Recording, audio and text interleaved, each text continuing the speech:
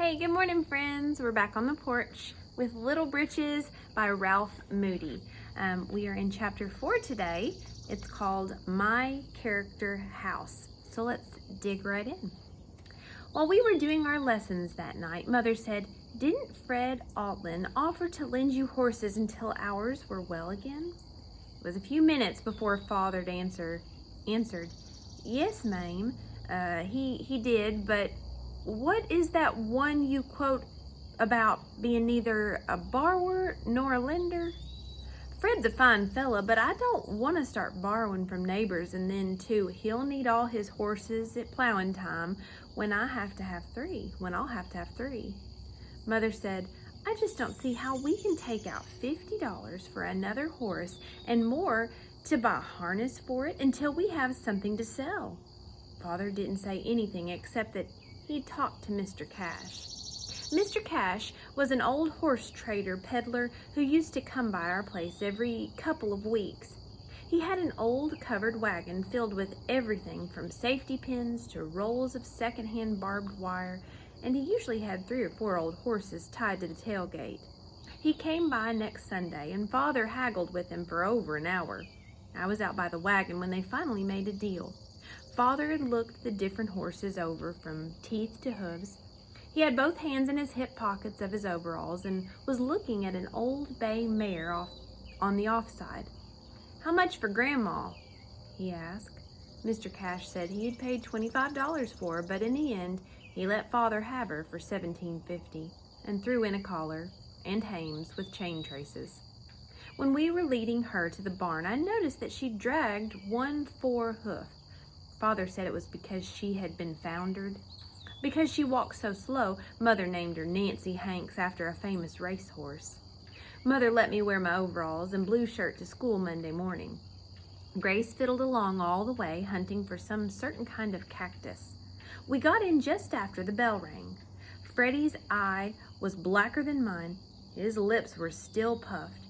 I'd wanted to get there early enough to see if I could lick him again before school began, but I had to wait for morning recess. Everybody knew Freddie and I were going to fight again at recess time. We made faces at each other every time Miss Wheeler had her back to us in the class. What I didn't know was that Freddie had a deal with Johnny Alder to help lick me. Johnny was in the 5th grade and nearly as big as Willie Aldovit. As soon as we got out near the carriage shed, Freddie and Johnny both jumped on me. I was sure I was done for until Willie sailed in too. I always liked Willie Aldovit, best of the boys. He was the second biggest in school. He was 12 and was in the 6th grade in number work. He was the one who had the yellow spotted donkey, and he could ride like everything. He'd never been mean to me. Willie told Johnny, "If you're gonna help Freddie, I'll help Molly," and the fight was on. It was really 2 fights for a little while. Then when Johnny was good and licked, Willie kept Freddie from holding me by the hair with one hand while he punched me with the other. After that, I had better luck. And before the bell rang for the end of recess, Freddie had both arms up over his face again. Then he did something that I ought to have loved him for. He said, "There ain't meat enough on him to hit. That's why I can't lick him. He's just a sack full of old spikes. And I hurt my own hands worse than I hurt him every time I punch."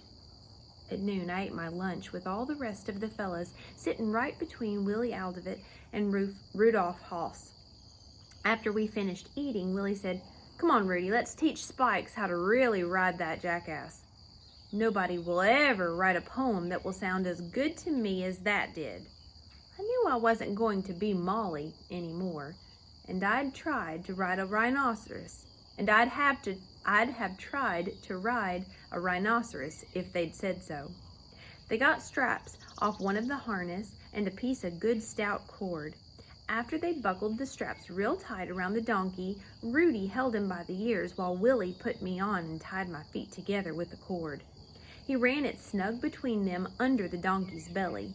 Willie told me not to be scared, to squeeze tight with my knees and watch the donkey's head so I could lean way back when he put it down to kick. I grabbed hold of the straps with both hands, and Rudy let him go. What seemed an hour, but was probably 10 seconds, Things were happening too fast for me to keep up with them.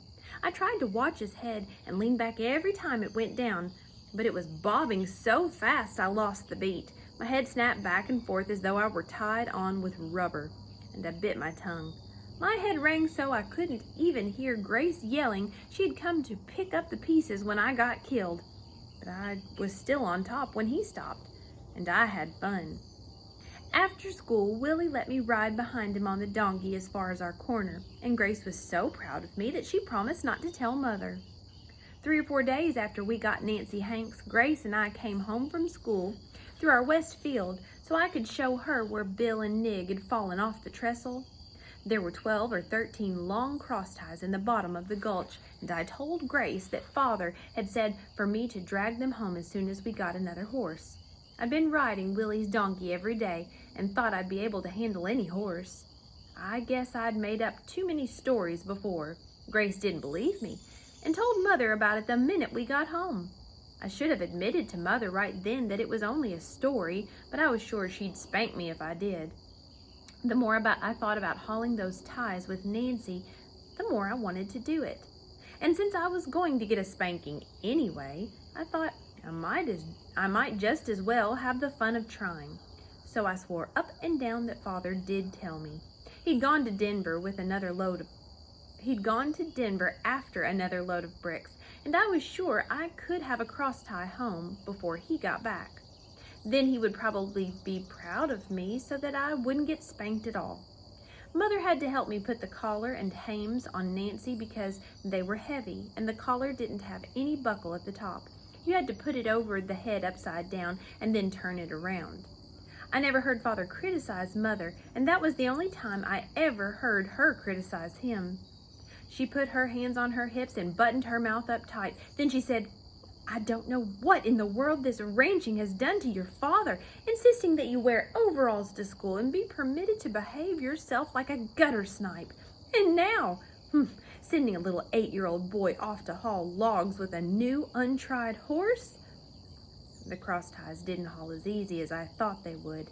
I forgot to take anything along for hitching them to Nancy's single tree and had to use an old piece of barbed wire. I was walking on the downhill side of the cross tie when we tried to go up over the bank and head at the head of the gulch. Suddenly, the tie started to roll toward me, and I had to dive out of the way. I skinned my nose on the barbed wire and tore a big hole in my overalls, but the tie missed me, and Nancy seemed glad to stop and rest. I was still trying to haul it up over the bank when it got dark, and I was afraid Father would get home before I did. It would be better to go right home and tell Mother I'd lied. If she spanked me first, he probably wouldn't give me another one on top of it. Mother didn't spank me, though. She gasped and looked at me as if I'd been a rattlesnake ready to strike. Then she made me stand with my face in the corner. I stood there while the rest of the youngsters had their supper and went to bed. And for at least an hour afterward, while Mother sat at the table and read the Bible, I knew that she was reading because I heard her take it down from the lamp shelf. There wasn't any clock in the kitchen, and the only sound was the thumping of my own heart. At last, I heard Father drive into the yard and listened to every sound as he put the team away and came to the house. He stood in the open doorway for a moment before he spoke. When he did, his voice was very quiet. "What's happened, Mame?" It was a full minute before Mother said anything, and then her voice was as quiet as Father's. "Charles, the time has come when this boy must have a father's firm hand. I am appalled by the degeneracy he has shown since we left East Rochester." I had never heard Mother's voice like that, and I had never heard her call Father Charles. I thought my heart would pound itself to pieces while she was telling him what I had done. Hard as Father could spank, he never hurt me so much with a stick as he did when Mother stopped talking. He cleared his throat, and then he didn't make a sound for at least 2 full minutes. When he spoke, his voice was deep and dry, and I knew he must have been coughing a lot on the way home. "Son, there's no question but what the thing you have done today deserves severe punishment. You might have killed yourself or the horse, but much worse than that, butchered your own character. A man's character is like his house. If he tears boards off his house and burns them to keep himself warm and comfortable, his house soon becomes a ruin. If he tells lies to be able to do the things he shouldn't do but wants to, his character will soon become a ruin. A man with a ruined character is a shame on the face of the earth. He waited until his words had plenty of time to soak in. Then he said, I might give you a hard thrashing. If I did, you would possibly remember the thrashing longer than you would remember about the injury you done to yourself. I'm not going to do it. There were 18 cross ties in the gulch yesterday, and the section foreman told me they were going to replace 20 more. Until you've dragged every one of those ties home, you will wear your Buster Brown suit to school, and I will not take you anywhere with me. It was half a mile from the house to the gulch. Father showed me how to hook onto the ties with a chain and how to pull them up through the head of the gulch.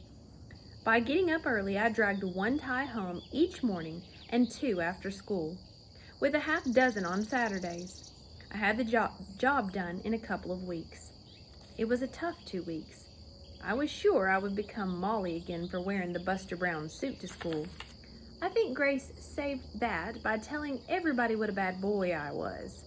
Then, too, the weather turned windy and cold, the gulch half filled with dry tumbleweeds that scratched me when I dug through them to get the ties. But worst of all, Mother got a song in her head. When that happened, she would sing the same tune over and over and over for a week at a time. That time it was The Bird with a Broken Pinion. I don't think she was singing it just for me, but I couldn't go into the house without hearing a young life broken by sin's seductive art, or that the soul that sin hath stricken never soars so high again. It made me think a lot, as I walked along behind Nancy and a dragging cross tie, about the permanent damage I had already done to my character. And that was chapter 4.